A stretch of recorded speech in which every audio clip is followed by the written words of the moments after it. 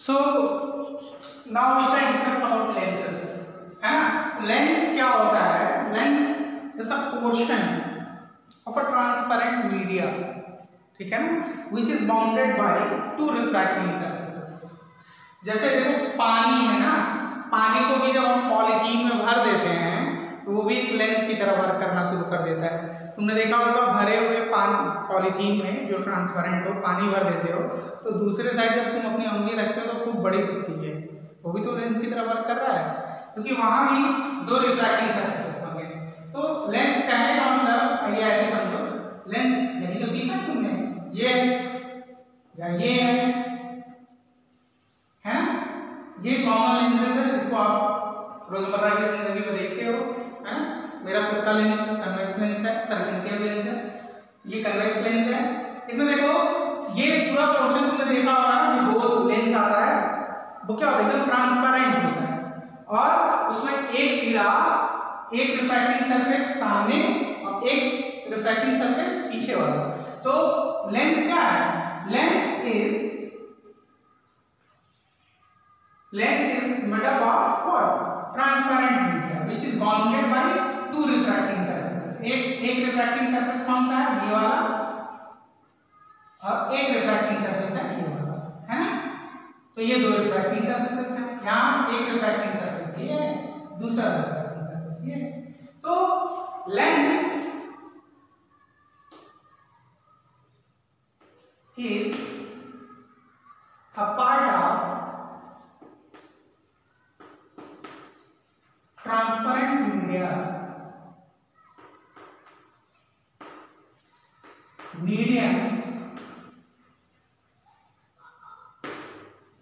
bounded by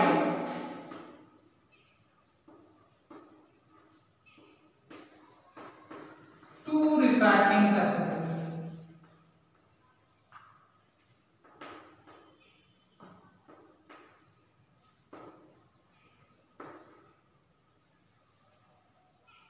ठीक है, mainly हमें दो ही तरह के लेंसेज को पढ़ना है। ये क्या है?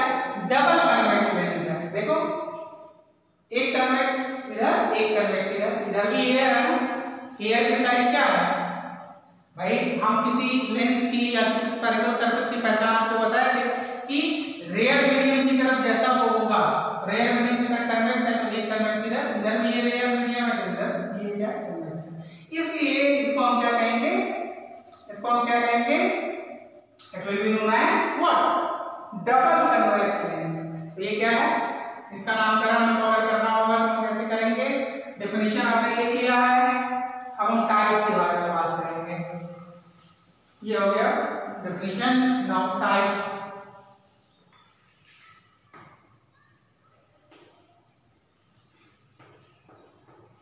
टाइप्स, ठीक है, लेंस की टाइप्स, टाइप्स ब्रैकेट में करके टाइप्स ऑफ लेंसेस आप कर लीजिएगा, टाइप्स ऑफ लेंस, ठीक है ना। यहां लेंसेस को क्वेश्चन बना दिया हमने। तो मेनली हमको क्या पढ़ना है? डबल कनकेव, डबल कन्वेक्स और डबल कनकेव। तो इसको हम कहते हैं डबल कन्वेक्स का मतलब बाई कन्वेक्स लेंस या सिंपली कन्वेक्स लेंस ही कह देते हैं। आमतौर की भाषा में कन्वेक्स का मतलब समझ लो बाई कन्वेक्स है ना, और इसको बाई कॉन्केव, ठीक है जी, यही कहते हैं। अच्छा, इसको हम कन्वर्जिंग लेंस भी कहते हैं। क्यों? अगर पैरेलल बीम ऑफ लाइट आ रही है तो ये क्या करता है यार, मतलब पैरेलल ही जरूरी नहीं, कोई भी लाइट रे आती है तो क्या करता है, उसको कन्वर्ज कर देता है। ये नॉर्मल इस पे पड़ रहा है, ठीक है, ये क्या करता है? कन्वर्ज कर देता है। देखो लाइट को क्या करता है? कन्वर्ज कर रहा है, इसलिए इसको हम क्या कहते हैं? Converging lens, biconvex lens, और इसका प्रैक्टिकल नाम क्या है? Converging lens.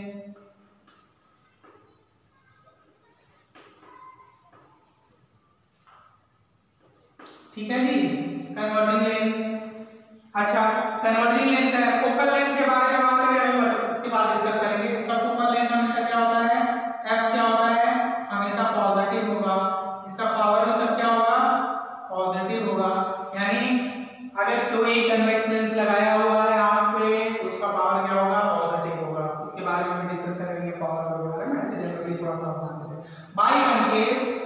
लेंस। ठीक है, ये क्या करते हैं, किसी लाइट रे को क्या करते हैं, डाइवर्ज कर देते हैं साथ। ये तो नॉर्मल है, तो सीरियस है, ऐसे कोई भी लाइट है उसको क्या करेंगे, डाइवर्ज कर देंगे, फैला देंगे। इसीलिए इनका निकनेम क्या है, घरेलू नाम, इनके मम्मी पापा इनको क्या कहते हैं, डाइवर्जिंग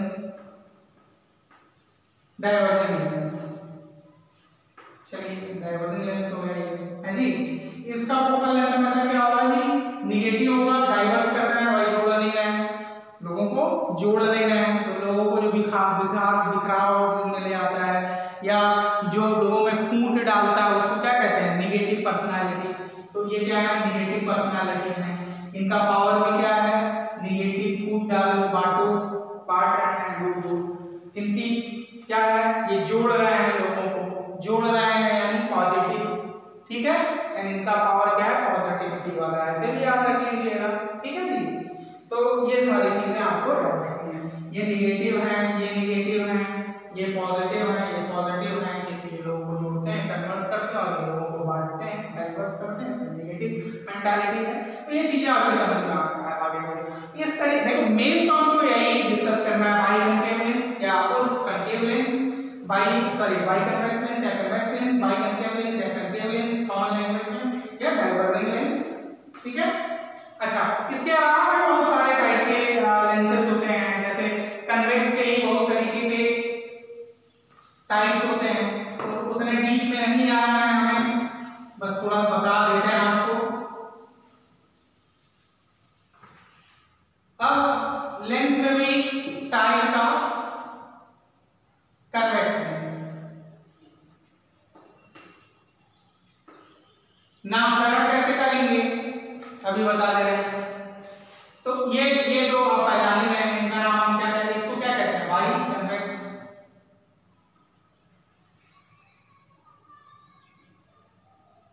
बाई कन्वेक्स। अच्छा, अब इनको देखिए क्या कहेंगे आप,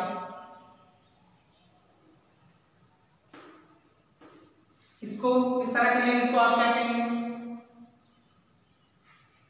इस तरह के लेंस को क्या कहेंगे, क्योंकि ये टाइप कौन सा है, कन्वेक्स लेंस का, तो कन्वेक्स रहेगा, लेकिन इधर ये जो प्लेन वाला लगा हुआ है ना, इसके प्रीफिक्स का हम कैसे, इसको पहले हम प्रीफिक्स में लिखेंगे, तो प्रीफिक्स में प्लेन में से ई हटा देंगे, प्लेन ई एल में से ई हटा देंगे, प्लेन उसमें वो जोड़ देंगे, प्लेनो, और बॉस कौन है यहाँ, किसका टाइप चल रहा है, कन्वेक्स का, तो प्लेनो कन्वेक्स। इसी तरीके से अब मान लीजिए इस तरीके का मामला है,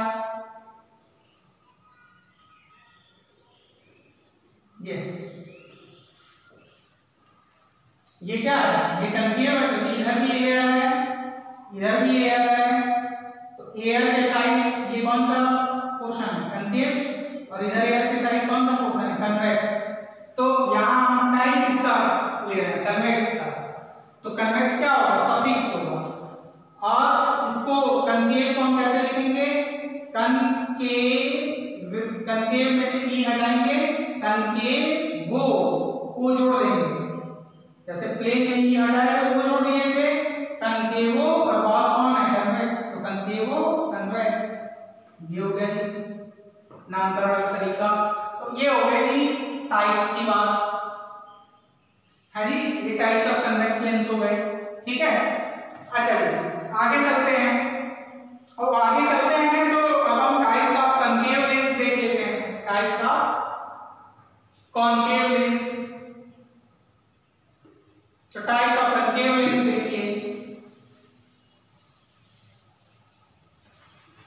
तो टाइप्स ऑफ कनकेव लेंस में सबसे पहला तो वही है, ये हो गया जी आपका डबल कनकेव, डबल कनकेव या बाई कनकेव, चलिए बाई कॉनकेव, कॉमन जो कनकेव लेंस होता है।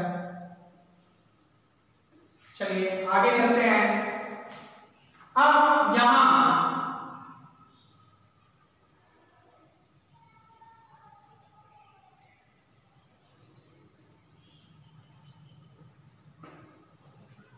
अब बताएं, इधर तो एक कन्वेक्स है, क्योंकि इधर भी एयर है, इधर भी एयर है, तो ये तो कन्वेक्स हो गया और ये कनकेव हो गया, और हम टाइप किसकी पढ़ रहे हैं, कनकेव की, तो यहाँ प्रीफिक्स कौन होगा? कन्वेक्स। तो CONVEX कन्वेक्स, और क्या जोड़ेंगे? ओ, ई तो है नहीं, ई हटाएं तो कन्वेक्सो, और बॉस कौन है? कनकेव, कन्वेक्सो कनकेव, ये हो गया। इसी तरीके से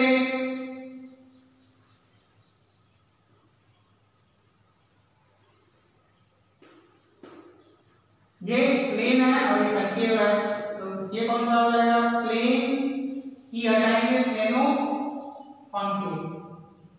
तो ये कुछ टाइप्स थे of convex lens and types of concave lens. ठीक है, तो इसमें कोई नाम करा बस आपको याद रखना चाहिए। आपके एग्जाम पॉइंट से इतना जरूरी नहीं लेकिन जानना चाहिए। हो सकता है आपका तजुर्बा भी हो, एक नंबर में पूछ सकते।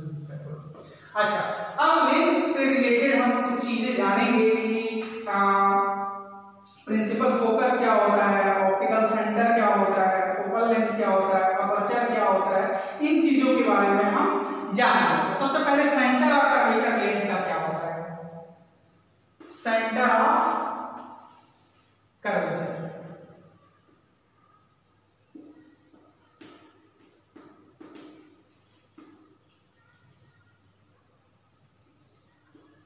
तो वही होता है आपका ध्यान चाहिए। मान लीजिए आपका लेंस है, लेंस का ये लेंस है, तो आखिर लेंस किससे बनाया जाता है? डंकन में किससे बनाया जाता है?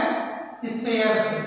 इस स्फीयर से इसको काटा गया होगा, ये ध्यान चाहिए, रॉकेट लाइन है, वो स्फीयर है जिससे इस लेंस को काटा गया है। ठीक, इसका सेंटर यहां होगा, है जी। तो सेंटर ऑफ कर्वेचर क्या होगा? ये आपका लेंस है, इसका भी इधर भी एक सर्किल या एक स्फीयर होगा जिससे काटा गया है। तो आपको मिला है, ऐसे समझे, यही ले लीजिए। ये जो लेंस है आपका, वो कहां से निकाला गया है? किसी स्फीयर से। कैसे स्फीयर से निकाला गया है? एक सॉलिड स्फीयर से इसको काट के निकाला गया है। तो जिस सॉलिड स्फीयर से काट के इसको निकाला गया है, चाहे आपका कन्वेक्स लेंस है या कनकेव लेंस, ठीक है, चाहे ये कनकेव भी हो सकता है, तो जिस स्फीयर से इस लेंस को काट के निकाला गया है, उस सॉलिड स्फीयर का सेंटर क्या कहलाता है? इस लेंस का सेंटर कहलाता है, सेंटर ऑफ कर्वेचर। तो क्या लिखेंगे definition? It is centre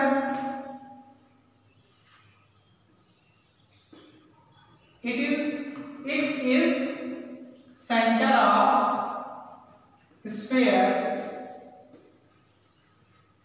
from which lens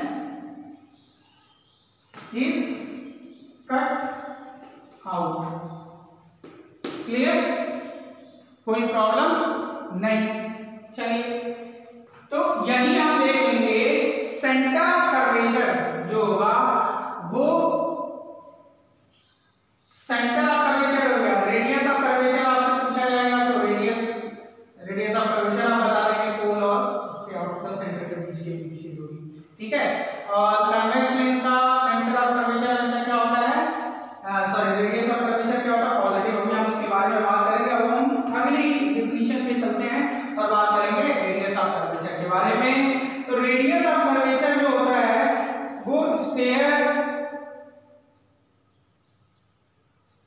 वो क्या होगा? वो रेडियस होगा। जैसे ये है तुम्हारा centre of curvature, centre of curvature से जो रेडियस होगा उस स्फीयर का, उसको हम क्या कहेंगे? Radius of curvature. तो रेडियस ऑफ कर्वेचर क्या होगा?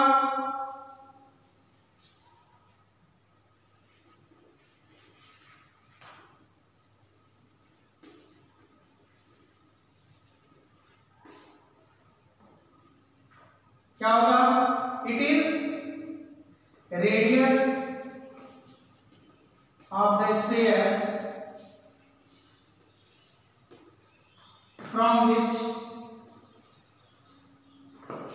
from which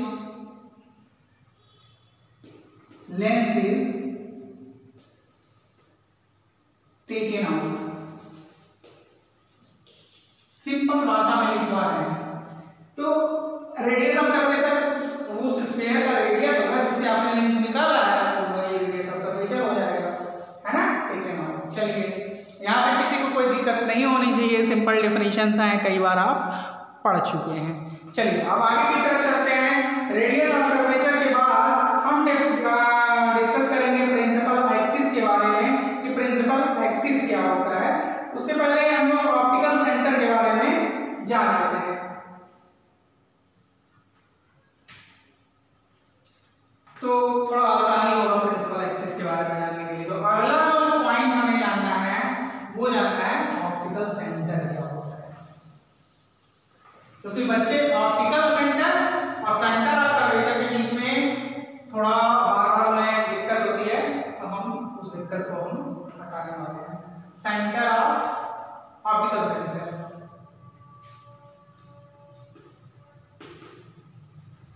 तो ऑप्टिकल सेंटर क्या होता है? देखो ये लेंस है ना आपका, लेंस आपने इस स्फीयर से काट दिया, हमने काट के निकाल दिया। अब इस लेंस का जो सेंटर होगा, है ना, इस लेंस का जो सेंटर होगा, इस लेंस का, है ना कि उस स्फीयर का जिससे ये लेंस काटे हैं, है ना, जिससे लेंस काटे हैं उसका सेंटर तो क्या कहलाता है? Centre of curvature. और लेंस का सेंटर क्या कहलाता है? Optical centre. तो centre of the lens, centre of the lens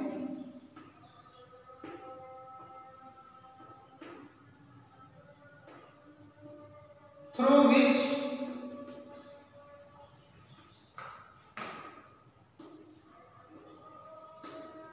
light, ये बहुत इंपॉर्टेंट प्रॉपर्टी है, लाइट passes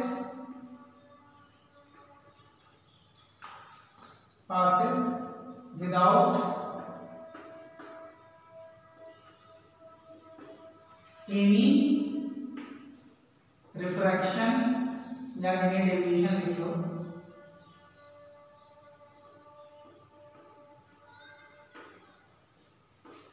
ठीक है ना।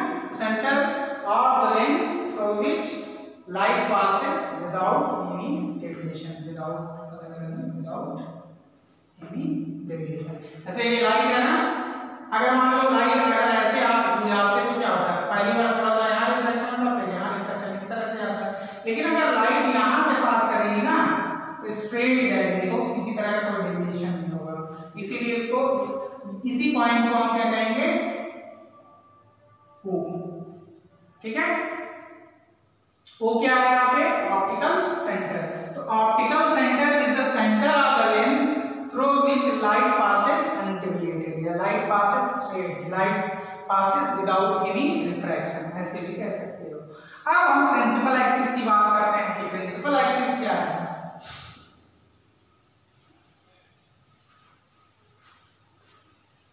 हाँ, ये चीज भी जान लो कि अगर मान लो ये तुम्हारा क्या होता है, सब कुछ कन्वेक्स पे ही चला जा रहा है, कन्वेव होता तो भी यहाँ ऑप्टिकल सेंटर जो है, इससे लाइट अगर आती वो स्ट्रेट चली जाती, लाइट ऐसे जाती स्ट्रेट चली जाती, इसमें कोई डेविएशन नहीं होता। बल्कि अगर और कोई लाइट होती, मान लो एक लाइट यहाँ से आ रही है इस तरीके से,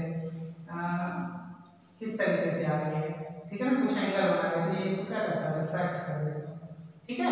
ये चीज मैं कहना चाह रहा हूँ। तो ये ऑप्टिकल सेंटर है इसका, बाकी लाइट्स देखो रिफ्रैक्ट हो रही है, लेकिन सेंटर ऑफ कर्वेचर का ऑप्टिकल सेंटर से जो लाइट पास हो रही है वो क्या हो रही है? अनडेविएटेड स्ट्रेट पास हो जा रही है, ठीक है। ये चीज मैं समझाना चाह रहा हूँ। आगे की बात जो है अब हम प्रिंसिपल एक्सिस पे आते हैं। प्रिंसिपल एक्सिस इसको कहेंगे।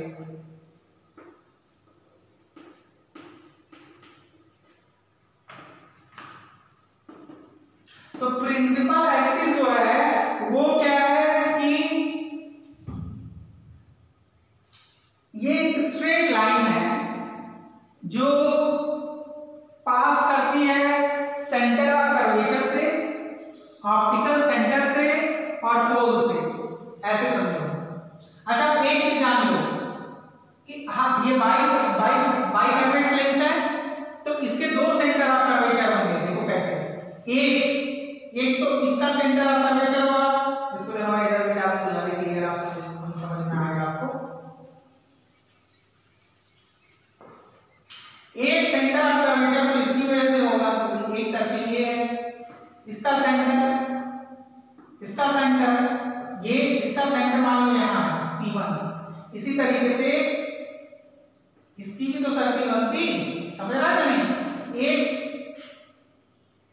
सेंटर ऑफ कर्वेचर यहाँ होता C2, तो there are two centre of curvature. इसी तरह दो रेडियस ऑफ कर्वेचर के होते भाई, एक तो ये होता R1 और एक रेडियस इस सर्किल का है ना यार, ऐसे समझो आप, ठीक है। वैसे आगे आप जानोगे कि क्योंकि दोनों का ही सेंटर ऑफ कर्वेचर सेम होता है, इसलिए ये C1 and C2 both are generally C1 and C2 क्या होते हैं in general, C1 is equal to C2, ठीक है ना, and R1 is equal to R2 in general. नहीं है तो ये आपको याद रखना पड़ेगा। तो आप चाहे तो प्रिंसिपल एक्सिस को ऐसे भी डिफाइन कर सकते हैं कि straight line passing through both centre of curvatures, ठीक है। या यहाँ आपका क्या होगा, पोल होगा P1 P2 या पोल होगा, यहाँ क्या होगा ऑप्टिकल सेंटर होगा। तो आप क्या लिखोगे, पहली डेफिनेशन चाहे तो ऐसे लिख सकते हो simple, straight line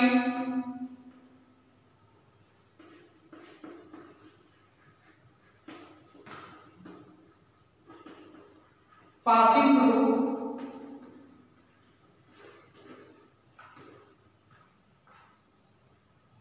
C1 and C2, है ना। C1 where क्या लिखना पड़ेगा, C1 क्या है, where C1 is center of curvature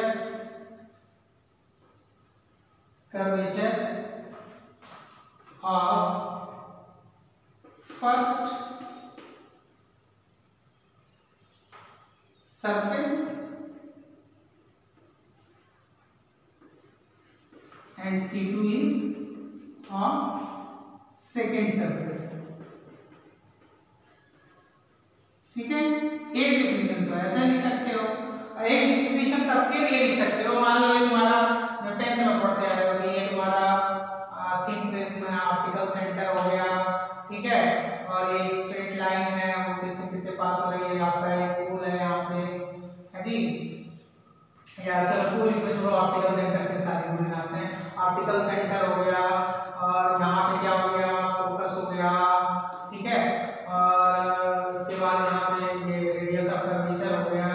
radius of curvature कहाँ मौजूद होता है, 2 पे, इसी को आप कहते हो C भी कहते हो, इसी पॉइंट को आप क्या कहते हो, C भी कहते हो। क्योंकि आपको मालूम है कि रेडियस ऑफ कर्वेचर हमेशा क्या होता है, radius of curvature is twice than focal length. अभी इसके बारे में बाद में बात करेंगे।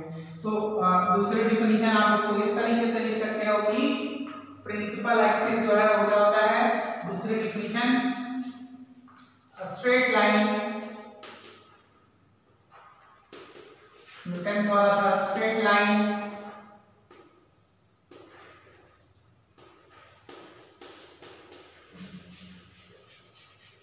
passing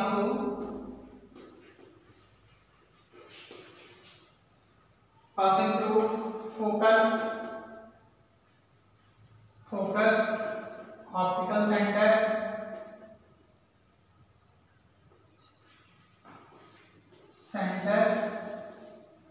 and center of curvature। ये C क्या है, सेंटर ऑफ कर्वेचर। C कहाँ मौजूद होता है, 2F पे, सेंटर ऑफ कर्वेचर, ठीक है। चाहे ये डेफिनेशन पसंद आए चाहे वो डेफिनेशन पसंद आए, जो मन में आएगा वो कर दीजिएगा। Straight line passing through the focus and optical centre, इतने से भी काम चल जाएगा। Straight line passing through the centre of curvature and optical centre, वो भी चल जाएगा। या ऐसे भी लिख सकते हैं, straight line joining C1 and C2 where C1 is the center of curvature of first surface and C2 is the center आपका बचेगा सेकंड सरफेस। इस तरीके से भी आप डिफाइन कर सकते हैं, जैसे आपको सूटेबल लगेगा वैसे करिएगा। ऑप्टिकल सेंटर के बारे में डिस्कस हो गया, प्रिंसिपल एक्सिस के बारे में, radius of curvature, centre of curvature के बारे में डिस्कस हो गया, फोकल लेंथ और अपर्चर के बारे में डिस्कस करते हैं। फोकल लेंथ क्या होता है, चलिए हाँ फोकल लेंथ पहले फोकस जान लेते हैं क्या होता है, जब फोकल लेंथ में भी पहुंच जाएंगे। फोकस समझाने के लिए मुझे आपको दो चीजें बतानी पड़ेंगी, दोनों लेंस को कंसीडर करके बताना करना पड़ेगा।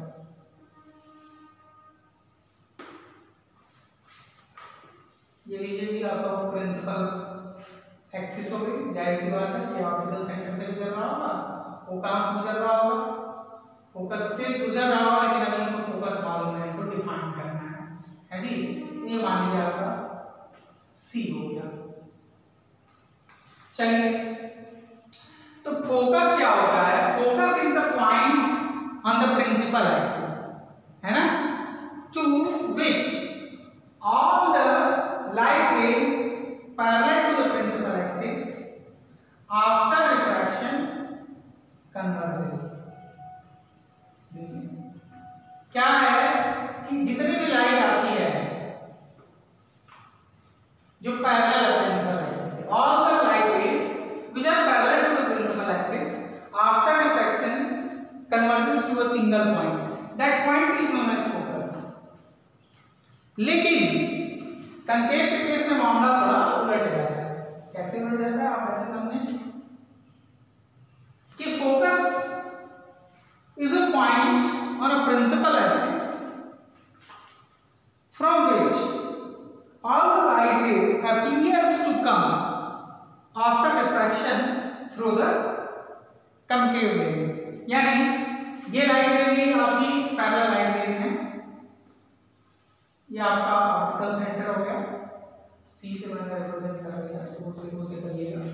तो all the light raise after refraction, ये रिफ्रैक्शन हो गया जी साहब, ये चलिए जी इधर आप कहेंगे कि इधर ये इधर की आप खुद ही समझ लो ना, जैसे कि आप क्या करते हो, इस पे नॉर्मल ड्रॉ करो, ऐसा नॉर्मल ड्रॉ करोगे तो यहाँ लाइट रे कहां से कहां जा रही है, डेंसर से रेयर में जा रही है ना, एयर में, तो क्या होगा, एंगल इधर की बात करें तो ये एंगल ऑफ इंसिडेंस है आपका, एंगल ऑफ रिफ्रैक्शन क्या होगा, ज्यादा होगा, उधर ही जाएगी ना। इधर की बात करो इस पे अगर आप नॉर्मल ड्रॉ करो तो किधर करोगे, इधर ही करोगे ना, एंगल ऑफ इंसिडेंस ये हुआ, एंगल ऑफ रिफ्रैक्शन क्या होगा, ज्यादा होगा क्योंकि डेंसर से रेयर में, इसे इस तरीके से आपको दिखाई देगा। तो इतना ज्यादा रीजनिंग करने की जरूरत नहीं है, वो आप आगे आपका दिमाग डेवलप होगा तो नहीं करना शुरू कर दोगे। तो दीस पैरेलल लाइट रेज है ना will get diverged, तो इसको अगर हम एक्सटेंड करें ना, देखो कहां आ रहा है यहाँ, इसी तरह इसको एक्सटेंड करते तो आगे कहां मिल रहा है, यहाँ। तो this point from which these refracted light rays are appearing to be coming, ठीक है। तो focus is a point on the principal axis from which all the light rays which are parallel to the principal axis appears to come। देखो appear to come कहां से होगा, अगर इस बिंदु से आ रही है तो इसका फोकस होगा। तो आप याद रखो, देखो कन्वेक्स लेंस का फोकल लेंथ क्या है, लाइट के डायरेक्शन में है, इसलिए इसका फोकस क्या होगा, पॉजिटिव, और इसका फोकस किधर है, इधर, लाइट में किधर जा रहा है, उधर जा रहा है, इसलिए इसका फोकस क्या होगा, नेगेटिव। यही चीज मैं आपको बताना चाह रहा था। तो प्रिंसिपल फोकस अगर आपको डिफाइन करना हो हम कैसे करेंगे, इसके डेफिनेशन मैं आपको डिक्टेट कर रहा हूं और लिखवाऊंगा नहीं, आपको खुद लिखना है। Principal focus is a point on the principal axis, देखो प्रिंसिपल एक्सिस है, to which all the light rays which are parallel to the principal axis either converges to that point और converges to that point, bracket में क्या लिखेंगे, in the case of convex lens, or appears to come from that point after refraction, यहां क्या लिखेंगे bracket में, in the case of concave lens, ठीक है। तो कैसे लिखेंगे कि प्रिंसिपल फोकस या focus is a point on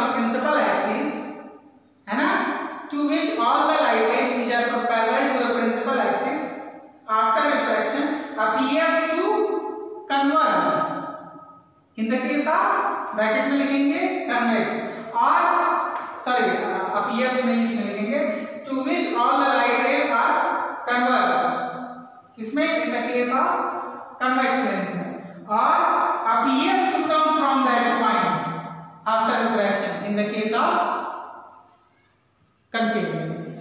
तो ये डेफिनेशन आप लोग लिख लेंगे प्रिंसिपल फोकस के लिए, मैं बताने वाला नहीं हूं, पूरी कर लीजिएगा, 19 से पढ़ते आ रहे हैं।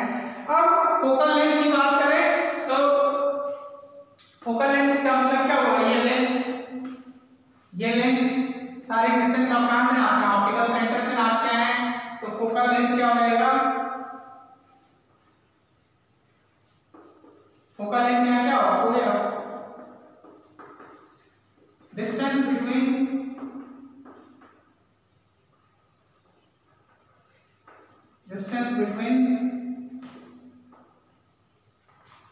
ऑप्टिकल सेंटर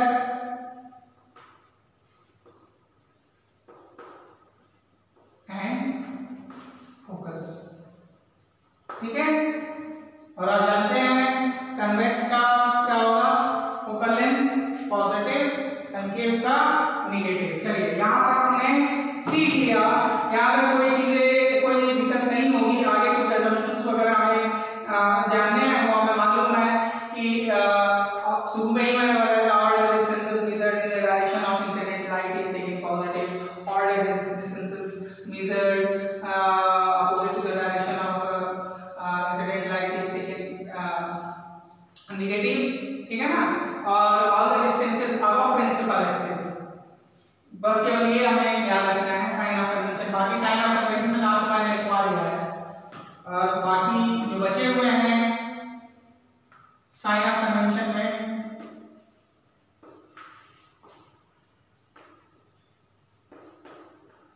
वो मैं बता रहा हूं आपको, वो करना है, वो ये है कि अगर यहां आप कोई ऑब्जेक्ट रखते, मान लीजिए हमने ऑब्जेक्ट रखा, ऐसे समझिए एक जनरल एग्जांपल दे दे रहा हूं मैं आपको, है जी, यहाँ एक ऑब्जेक्ट है, यहाँ से एक पैरेलल बीम गई है, इसका मान लीजिए फोकस है, ये फोकस से गुजरेगी, एक लाइट आपको मालूम है जो ऑप्टिकल सेंटर से आती है इंडिकेट होती है, ये दो लाइट ये यहाँ पे नहीं है, ये इस साइड में बनेगा, इन्वर्टेड है ना, रियल इमेज बनेगा। तो अगर हम ये डिस्टेंस क्या कहलाएगी, ऑब्जेक्ट डिस्टेंस कहलाएगी, distance between optical centre and object is what, object distance, distance between optical centre and image distance. तो और ये क्या है, हाइट, ये इसकी हाइट है, किसकी, h1 height of the object है, और h2 height of the image. तो साइन ऑफ कन्वेंशन, बाकी सारी चीजें तो आप जानते हैं, यहाँ ऑब्जेक्ट डिस्टेंस नेगेटिव लेंगे, अपोजिट ले रहे हैं, इमेज डिस्टेंस पॉजिटिव लेंगे, इन द डायरेक्शन ले रहे हैं। लेकिन एक चीज जो वहां नहीं डिस्कस हुआ था वो ये कि all distances measured above principal axis